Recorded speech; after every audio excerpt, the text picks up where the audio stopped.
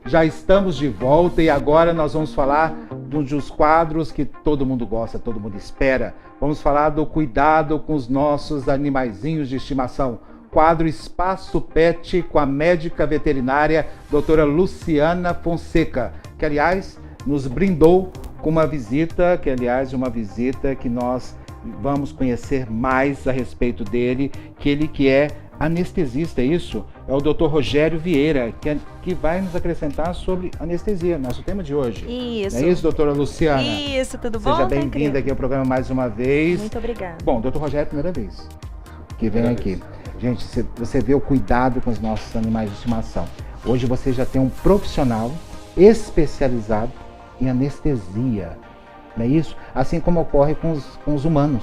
Sim, sim. Hoje a formação, né, acho que a doutora Luciana já deve ter comentado em alguns quadros, a veterinária tem acompanhado muito, né, inclusive na capacitação e na especialização do serviço. E a anestesiologia é né, a gente até comenta que a anestesiologia veterinária hoje está muito avançada. A gente está conseguindo, inclusive graças a esses avanços, né, que tem se permitido procedimentos de média e alta complexidade nos pacientes. Sim. Doutor Rogério, inclusive eu sou de uma época, né? Eu adoro o bicho. Eu tenho vários gatos, vários cachorros, todo mundo já sabe disso. E eu cuido muito dos meus animais de estimação. Eu sou de uma época que ainda o veterinário ele tinha muito poucas ferramentas para montar um diagnóstico mais preciso. Inclusive ele contava com o olfato dele. E também com os olhos e com a expertise, né, com experiência. Então era mais uma coisa meio empírica ali do que científica, né? E realmente, e com muita felicidade, a gente vem acompanhando essa questão da evolução. Agora uma dúvida, Luciana, sabe que tem que estudar muito para ser anestesista? Nossa, é médico muito. veterinário também? É. Eu estou perguntando para você, vezes, porque às vezes o sim, profissional não fala, né, pra gente. Inclusive o doutor Rogério Vieira, ele é coordenador técnico do serviço de anestesiologia da clínica, da VETS Clínica, e ele fez terapia da intensiva. Clínica que você é que eu trabalho, que é a isso. sua clínica. Isso. Ele, inclusive, você não sabe, mas ele já fez anestesiou vários animais seus também. Isso. E ali eu fico morrendo Muito de medo. competente. Morro de medo. Isso, por isso que eu gostei que o Dr. Rogério viesse, justamente por causa disso, né? Como você tem medo, vários clientes todo dia na nossa clínica chegam clientes falando: eu gostaria de operar, mas eu tenho medo. O outro colega, eu fui lá e ele falou para não operar porque ele é muito velhinho. Então, um dia desses o Rogério anestesiou um paciente meu, 700 gramas, uma Yorkzinha para fazer uma tomografia, 700, 600 gramas. Como você consegue? O bichinho ali é perigoso até quebrar. Como você pega aquilo ali? É a Agora, capacitação, sabe qual é né? o nosso medo realmente é por causa da idade. Doutor, essa questão da idade. Até eu vou aproveitar a sua presença aqui, me permite a Luciana dirigir diretamente a você. Essa questão da idade do animal, o cachorro, né? E muita gente coloca muito medo na gente, porque assim, meu cachorro tem 14 anos. Ele precisa fazer uma cirurgia, é de emergência. 14 anos, está muito idoso. Depende da necessidade do procedimento para esses pacientes. Lógico que a gente avalia, né, o risco, a gente avalia a condição clínica e laboratorial desse paciente. Né. O procedimento a ser realizado, isso é levado em conta para a gente fazer a classificação do risco anestésico desse paciente. E a gente conta hoje com ferramentas de monitoração, com fármacos muito seguros para trabalhar. Então hoje o procedimento anestésico ele é muito seguro de ser feito. Né, a taxa de óbito hoje, desde que você tem um profissional capacitado, né, o único problema não é só uma ferramenta, né, você ter as aparelhagens os equipamentos mais avançados, se você não tem um profissional para conduzir. Não adianta você ter uma Ferrari se não sabe dirigi-la. Né, então hoje a gente conta com ferramentas e a formação também na área tem avançado bastante. Então a gente consegue colocar sim pacientes de 8, 10, 12, 15, 18, 19 anos. Eu vou aproveitar a sua presença para perguntar uma coisa. Eu já tive uma pequinez legítima e ela tinha que tirar tártaro. Certo. E ela realmente estava com a idade avançada. E tinha que fazer o processo de anestesia. Sim. Eu fiquei tão apavorado naquela época, isso deve ter mais ou menos uns 7, 8 anos, mais ou menos, que a médica, olha, o risco dela virar óbito é muito grande, né? Então você vai optar em tirar o tártaro ou deixar ela morrer, né? Eu acho que acredito sim que tem um grande mito em relação a isso. De acordo com a faixa etária, né, e com as comorbidades ou doenças pré-existentes desse paciente, se ele apresenta alguma, a gente solicita alguns exames. Né, e com esses exames em mãos, nós conseguimos conversar com o tutor e apresentar o risco e avaliar o custo-benefício disso. Se justifica ou se não justifica colocar esse paciente em procedimento. Na imensa maioria das vezes, sim.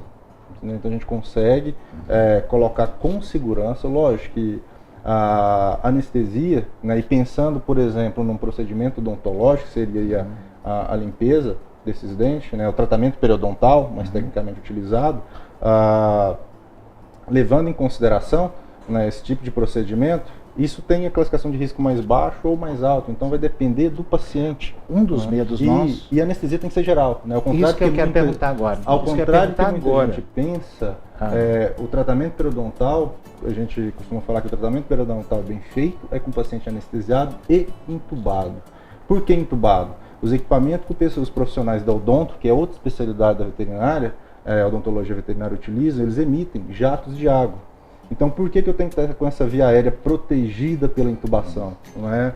De forma leiga, seria a gente coloca um dispositivo, né, que é passado na via aérea desse paciente para proteger.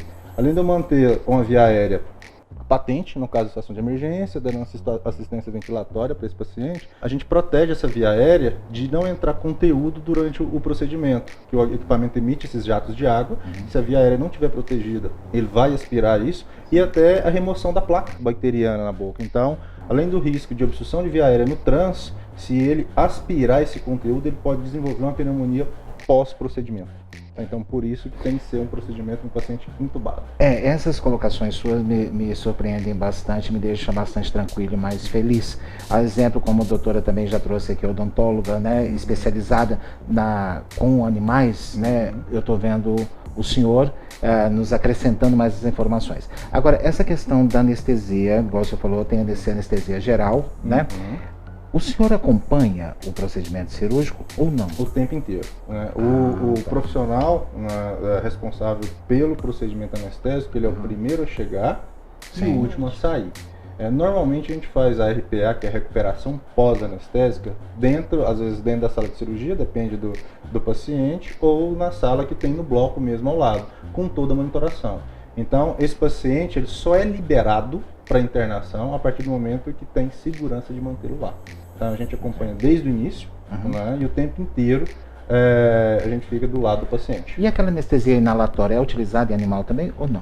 Sim, excelente colocação, porque é um grande mito que se tem na anestesia inalatória. Né, o que eu mais escuto hoje nas avaliações, nas consultas pré-anestésicas vai ser anestesia inalatória? Né, é a melhor?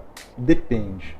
Porque tem pacientes que têm indicação sim da anestesia inalatória, excelente ferramenta, né, muito segura por sinal, mas tem pacientes que não têm indicação da anestesia inalatória. Às vezes eu tenho que usar outra técnica, uma sedação com bloqueio, uma anestesia total intravenosa. E quem que vai dar essa avaliação? O veterinário que está atendendo, porque o senhor também é veterinário, mas o veterinário que está atendendo aquele paciente ou o senhor depois dos exames? Não, é o profissional responsável pela anestesiologia, pelo serviço de anestesiologia da equipe. Até o Rogério fala muito comigo, assim, que quando eu falo de, olha, vai ter o serviço do anestesista, a gente não vende a anestesia inalatória, a gente vende o serviço de um profissional. Claro. Por quê? Porque justamente isso.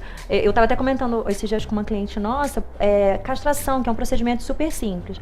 Dependendo da anestesia que você faça, o animal ele está dormindo e está sentindo dor. Por isso que hoje a gente precisa de um profissional capacitado. Eu sou leigo e me permita... e me desculpe antecipadamente pela pergunta, mas essa anestesia inalatória, ou seja, aquela que o animal cheira, né, e fica sedado. O que acontece? A gente tem a impressão às vezes que não anestesia tudo. A gente tem medo dele estar dormindo e estar sentindo dor. Na verdade, das bases da anestesia geral, esse paciente está inconsciente. Né? Então, naquele momento, ele não terá consciência. Por exemplo, se ele for submetido a um procedimento cirúrgico, a anestesia inalatória, o agente utilizado para anestesia inalatória em si, ele não promove analgesia, seria controle de dor. Então ele vai estar inconsciente. Naquele momento que ele está sobre aquela anestesia geral, se eu não associar no protocolo um bloqueio, um analgésico, ele não sente dor, porque para sentir dor a gente precisa da consciência, da percepção. Mas ele tem estímulos nociceptivos. Só que no momento que a gente resgatá-lo da anestesia geral, né, a memória começar a se especializar, e aí ele sente dor. E aí a dificuldade de controle de dor pós-operatória, quando nós não temos o cuidado da analgesia pré e trans, é muito maior. Associação de vários fármacos, doses altas de analgésico, Então, por isso esse cuidado desde o preparo, lá no pré-operatório desse paciente. E aí já vai interferir no seu trabalho. Porque quando você faz um trabalho maravilhoso lá de cirurgia, né? Abençoa ali aquele cachorro, aquele gato, resolveu, salvou a vida dele, vamos voltar, traz ele de volta e se ele não tiver acompanhamento de um profissional, ele vai estar sentindo dor. É o que eu falo, E ninguém muita trabalha dor. sozinho, né? Hoje em dia a gente é uma equipe.